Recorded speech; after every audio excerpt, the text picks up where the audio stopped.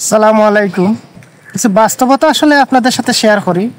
এই দেখেন, পানি, ইফতারি। আমরা যারা ইউরোপ, আমেরিকা, লন্ডন সহ যেসব দেশে ফুড ডেলিভারিতে কাজ করি, তো আমরা ম্যাক্সিমাম ইফতার রাস্তাতে হতো। এখন একটা ভিডিও বানাইব, যার কারণে এখানে বসছি আপনাদের সাথে শেয়ার করার জন্য। তাইলে ম্যাক্সিমাম সময়ই আমাদের ইফতারটা ওই রাস্তায়। তো এটা হলো প্রবাসী জীবন। তো আমি তো ফুড ডেলিভারিতে কাজ করি।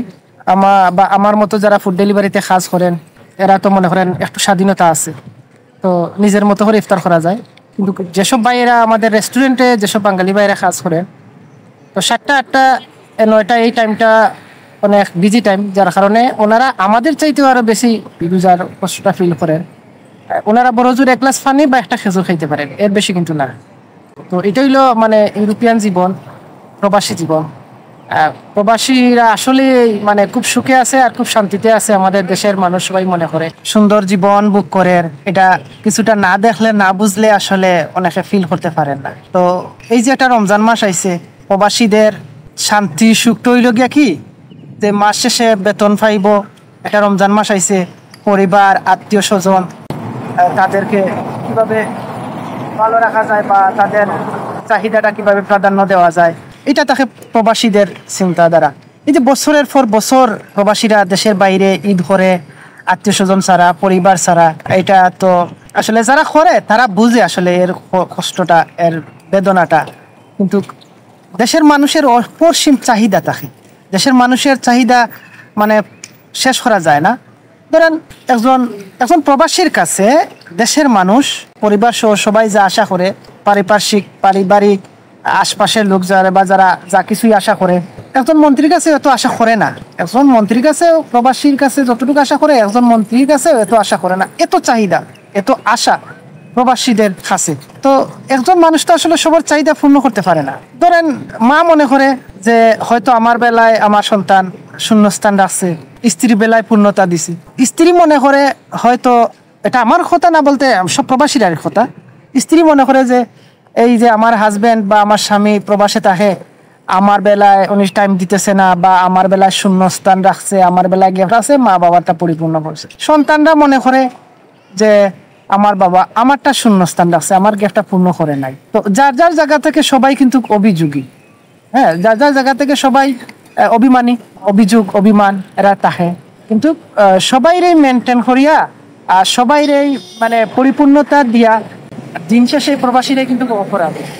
এই যে একটা রমজান মাস চলতেছে, একটা ঈদ, পবিত্র ঈদ উল ফিতর, আমি সব মিলাইয়া 5.5 বছর 6 বছরের কাছাকাছি দেশের বাইরে একটা কিন্তু পরিবার নিয়ে করতে পারি নাই।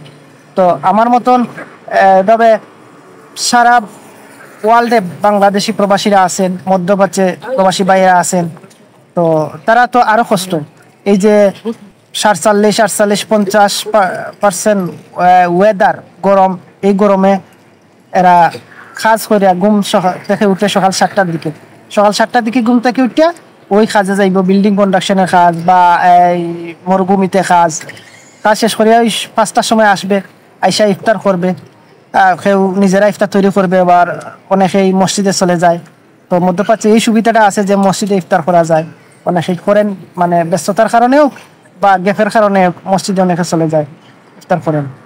পরিবার ছাড়াও এদিকে বন্ধু বান্ধব, আত্মীয় স্বজন যারা দাবি আছে, যাদের অধিকার আছে, তারা অনেক কিছু আশা করেন যে একটা ঈদ আইছে, আমার চাচাতো ভাই বা মামাতো ভাই, খালাতো ভাই, বা আমার বন্ধু হোক বা আমার পরিজন হোক, যাদের অধিকার আছে, দাবি আছে, এরা একটা আশা করে একটা বালা কিছু পাওয়ার জন্য, বালা কিছু হের কাছে পাইমু।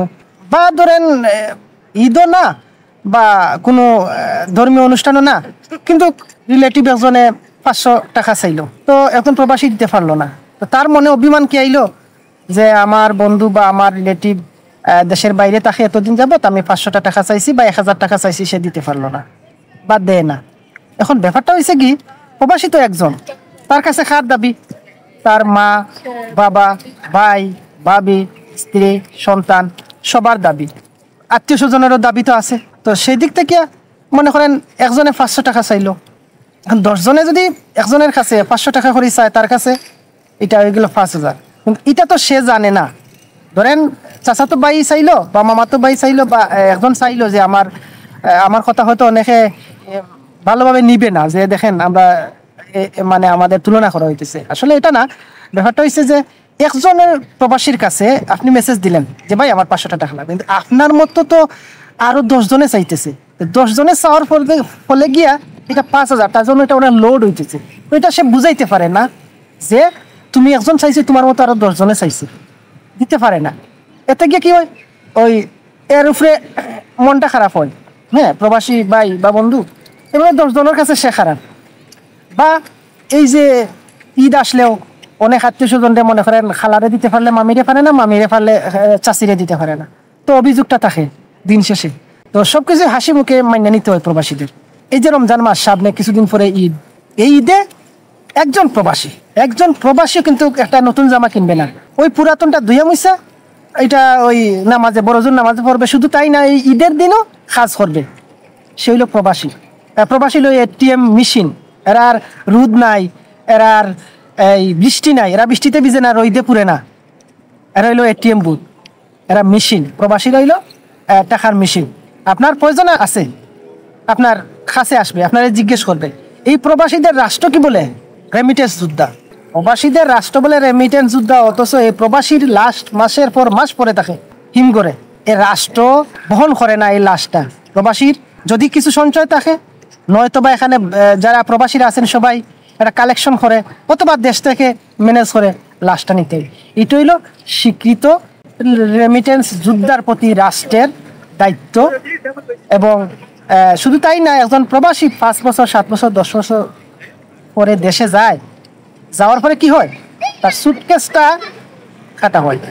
সব করে একটা মোবাইল নেয় বা ভালো কিছু পারফিউম নেয়, কিছু গিফট আত্মীয় স্বজনের জন্য, সুটকেস কাটটা চুরি করা হয়। আমাদের দেশের বিমান সার্ভিস যে এখানে কর্মকর্তা যারা থাকেন, তারা এই সেবাটুকু দেয়। এটা হচ্ছে প্রবাসীদের অপরাধ। এটা হইলো প্রবাসীদের পাওনা, রাষ্ট্র থেকে যোদ্ধাদের পাওনা। এই রেমিটেন্স যোদ্ধারা দেশে গেলে এই 20 বছর 25 বছর 30 বছর এই প্রবাস জীবন করে পরিবার পরিজন ছাড়িয়ে আসে, জীবনের সংসারটা ভোগ করতে পারে না। পরিবার, বাচ্চা কাচ্চা, একটা বাচ্চা, অনেক প্রবাসী আছে বিয়ে করে 3 মাস দেশে থাকে, চলে আয়, কি করবো, বাচ্চার দাকিতে তো চলে, একটা সন্তান জন্ম নেয়। সেই সন্তানটা প্রবাসীর দেখতে পারে না যে আমার একটা সন্তান জন্ম নিছে, আমার একটা মেয়ে হইছে, ছেলে হইছে, মানে সন্তানটারে ছুঁইতে পারে না। 5 বছর 7 বছর পরে যায় একটা সন্তান, একটা মেয়ে হোক ছেলে হোক, এই সন্তানটা বড় হয় বাবার ছোঁয়া ছাড়া, বাবার শরীরের গন্ধ ছাড়া, বাবার আদর যত্ন ছাড়া। বাবা অনুভূতি ফিল করতে পারে না, সন্তানের যে আদর স্নেহ সেটা ফিল করে দূর থেকে, কিন্তু সেটা সে বাস্তবে রূপ নিতে পারে না। এটা হলো প্রবাসীর পাওনা, পরিবার হোক আর রাষ্ট্র হোক, আর যে কোনো মানে এটা তার কর্মের ফল। এখন সেটা সুফল হোক আর কুফল। তো এটা হলো প্রবাসীদের জীবন। এই যে 6 বছর 5 বছর 7 বছর প্রবাসে তাকিয়া দেশে যায়, যাওয়ার পরে কাজিন আশপাশের মানুষগুলা সবাই আশা করে এক কাপ চায়ের জন্য, বা তার সাথে মার্কেটে যাই বা বাজারে যাই, ভালো একটা মাছ পাওয়া যাবে বা ভালো একটা গিফট পাওয়া যাবে বা একটা শার্ট গেঞ্জি এরকম পাওয়া যাবে। মানে আশা করে সবাই কিন্তু আশা করে, দেয় না যে তা না, এটা চাওয়া তার অধিকার বা দাবি আছে। বন্ধু বা আত্মীয় স্বজন, পারিপার্শ্বিক সব মিলাইয়া চাইতে পারে, দিতে পারে, কিন্তু আশা তো করে, সামর্থ্য অনুযায়ী দেয়। কিন্তু চাহিদা মতো দিতে না পারলে বালা না, চাহিদা মতো দিতে না পারলে খুব খারাপ।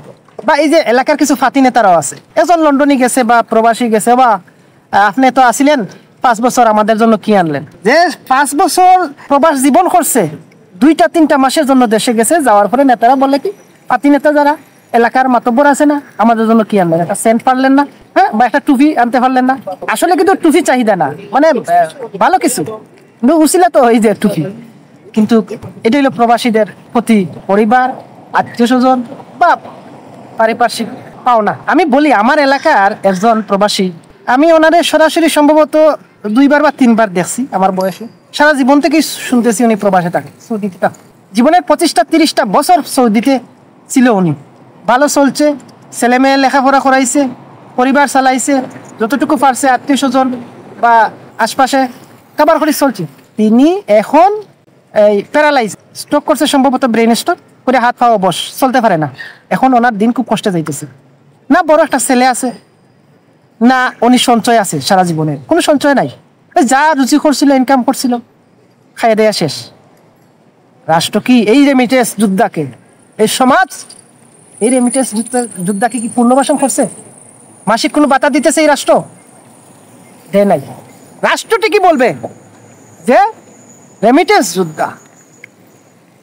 এভাবে হাজার হাজার প্রবাসীদের জীবন 15 বছর 20 বছর এই মধ্যপ্রাচ্য 50-55 ডিগ্রি রোদের মাঝে পরিশ্রম করিয়া দেশে রেমিটেন্স পাঠাইছে।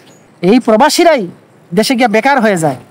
এরা কাজ করতে পারে না, এরা ব্যবসা জানে না, এরা কিছু চিনে না, এরা কিছু জানে না। ওরাই প্রবাসেই পরিশ্রম করতে শিখছে, প্রবাসেই কাজ করতে শিখছে। এখন তো ওই বয়স নাই, ওই শক্তি নাই যে প্রবাসে আমি যাইব।